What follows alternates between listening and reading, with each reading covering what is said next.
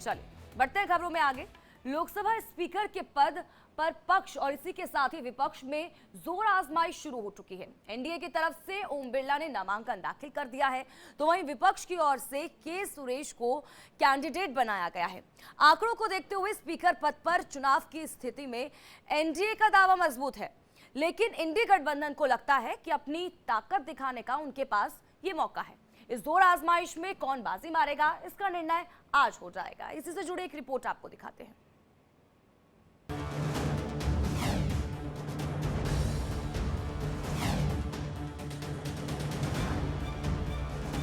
Lok Sabha speaker पर संग्राम, विपक्ष में दरार।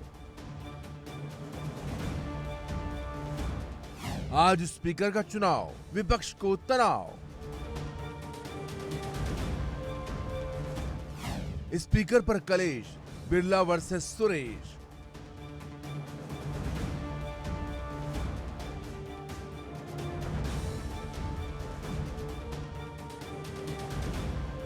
अठारहवीं लोकसभा के पहले सत्र में ही पक्ष विपक्ष आमने सामने हैं। एक तरफ नए सांसद शपथ ले रहे हैं, तो दूसरी तरफ तलवारें खींच रही हैं। विवाद का कारण बना है लोकसभा स्पीकर। जब पक्ष विपक्ष के बीच बातचीत बेनतीजा रही, आपसी सहमति नहीं बनी, तो ये तय हो गया कि इस बार स्पीकर का चुनाव होकर रहेगा। इसके लिए चेहरे भी तय हो चुके हैं। एनडीए की तरफ से पूर्व स्पीकर ओम बिरला ने नामांकन दाखिल किया है, तो इंडिया गठबंधन की ओर से के सुरेश ने नॉमिनेशन भरा है।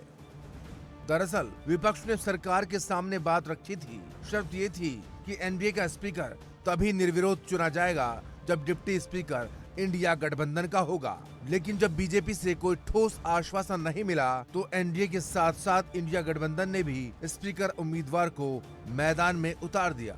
खड़गे जी का प्रश्न है, एक सीनियर लीडर हैं, मैं उनका सम्मान करता हूं।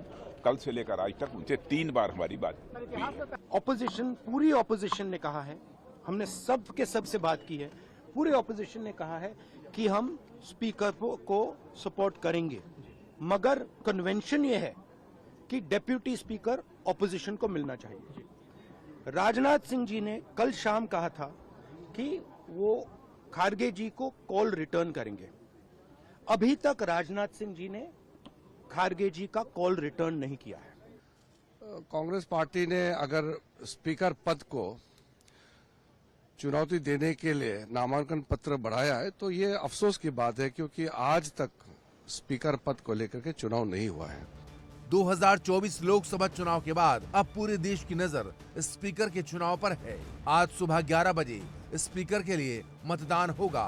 आंकड़ों को देखते हुए साफ है कि एनडीए का पलड़ा भारी है, लेकिन इंडिया अलायंस को लगता है कि उसके पास अपनी ताकत दिखाने का सुनहरा मौका है। बालू जी और वेणुगोपाल जी से बात हुई, उसमें जिस प्रकार से एक पुरानी मानसिकता है कि हम डिक्टेट करेंगे टर्म्स को, उस मानसिकता को फिर से दिखाया गया कि नहीं, शर्त है कि पहले लोकसभा का उपाध्यक्ष कौन होगा वो पहले तय करें, फिर अध्यक्ष के लिए समर्थन मिलेगा।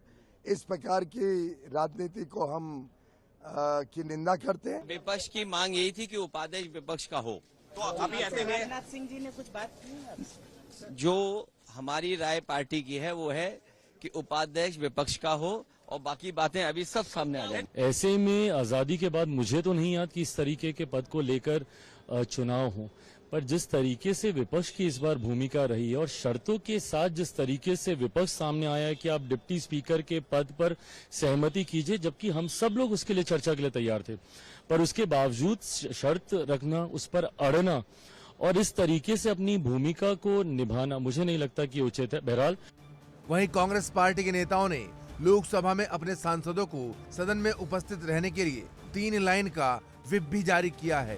कांग्रेस संसदीय दल की ओर से सांसदों को लिखी चिट्ठी में कहा कि 26 जून यानी आज लोकसभा में बहुत अहम मुद्दा लाया जाएगा। लोकसभा में कांग्रेस पार्टी के सभी सदस्यों से निवेदन किया जाता है कि कृपया सुबह 11 बजे सदन के स्थगित होने तक सदन में उपस्थित रहें। इस संदेश को बहुत महत्वपूर्ण माना जाए। आपको बता दें कि कांग्रेस के इस व्हिप को के सुरेश ने जारी किया है, जो कि विपक्ष की तरफ से लोकसभा अध्यक्ष के उम्मीदवार हैं। वहीं बीजेपी ने भी अपने सभी सांसदों को व्हिप जारी किया और कहा कि लोकसभा अध्यक्ष के चुनाव के लिए सत्र के दौरान उपस्थित रहने का निर्देश दिया है। एनडीए अपनी जीत के लिए आश्वस्त है, जो जादुई आंकड़े को छूने में सक्षम है, क्योंकि 543 सदस्यीय लोकसभा में अभी 542 सांसद हैं। केरल की वायनाड सीट राहुल गांधी के इस्तीफे के बाद खाली है। 293 सांसदों वाले एनडीए को स्पष्ट बहुमत है। वहीं विपक्षी गठबंधन के पास 233 सांसद हैं। अपना दल जो न एनडीए का हिस्सा है न इंडिया ब्लॉक का, उनके 16 सांसद हैं। इसमें कुछ निर्दलीय भी शामिल हैं। अगर ये 16 सांसद इंडिया ब्लॉक के उम्मीदवार का समर्थन करते हैं तभी उनकी संख्या 249 तक ही पहुंचेगी, जबकि चुनाव जीतने के लिए 271 वोटों की जरूरत है। हमारे पास क्लियर बहुमत है और हमारे बहुमत से ज्यादा हमारे पास बहुमत है, तो इसीलिए मतलब स्पीकर का जो हमारा एनडीए का जो कैंडिडेट है ये अच्छे वोटों से चुनकर आएगा। हम सब लोगों के उपस्थिति में माननीय रक्षा मंत्री जी ने कहा कि जब उपाध्यक्ष का चुनाव होगा हम निश्चित तौर पर बात करके करेंगे। लोकतंत्र में आखिर होता क्या है? लोकतंत्र में बातचीत से रास्ता निकलता है, तो बातचीत करने की बात उन्होंने कही, जिसको उन्होंने स्वीकार नहीं किया। ओपोजिशन का भी कंडीशन रखना स्पीकर के इलेक्शन पे, ये अच्छी बात नहीं है, ये कभी ऐसा रहा नहीं है। हमने तो इतना तक बोला कि अगर कोई और बात होती है तो सब डिस्कस करके, डिप्टी स्पीकर की बात अगर रहती है तो सब डिस्कस करेंगे, आपस में चर्चा करेंगे, ओपोजिशन को भी उधर रखेंगे, उनके साथ बैठकर निर्णय लेंगे। तो वो बात भी नहीं मानकर इसमें भी राजनीति करना चाहते हैं। अब यहाँ ये जानना भी जरूरी है कि लोकसभा में स्पीकर को लेकर इतनी रार क्यों है। बीजेपी क्यों चाहती है कि स्पीकर उनकी ही पार्टी का हो। दरअसल लोकसभा में इस बार बीजेपी अपने दम पर बहुमत में नहीं है, इसीलिए स्पीकर का पद बहुत ही अहम हो जाता है, क्योंकि अल्पमत में आने पर स्पीकर की भूमिका काफी अहम हो जाती है। ज्यादातर फैसले स्पीकर के विवेक पर छोड़ दिए जाते हैं। सांसदों के दल बल में भी स्पीकर की निर्णायक भूमिका होती है। स्पीकर संसदीय बैठकों का एजेंडा तय करते हैं, सदन में विवाद होने पर नियमानुसार कार्रवाई करते हैं। किसी प्रस्ताव के पक्ष विपक्ष में बराबर वोट हो तो वो निर्णायक वोट डाल सकते हैं। विपक्ष के प्रमुख लोगों से बात की, लेकिन दुर्भाग्यपूर्ण बात यह है कि उन लोग प्री कंडीशन लगा के, पूर्व शर्त लगा के हम सपोर्ट करेंगे ऐसे बोल रहे हैं। संसदीय प्रजाप्रभुत्व में ऐसे कभी भी हो नहीं सकता है।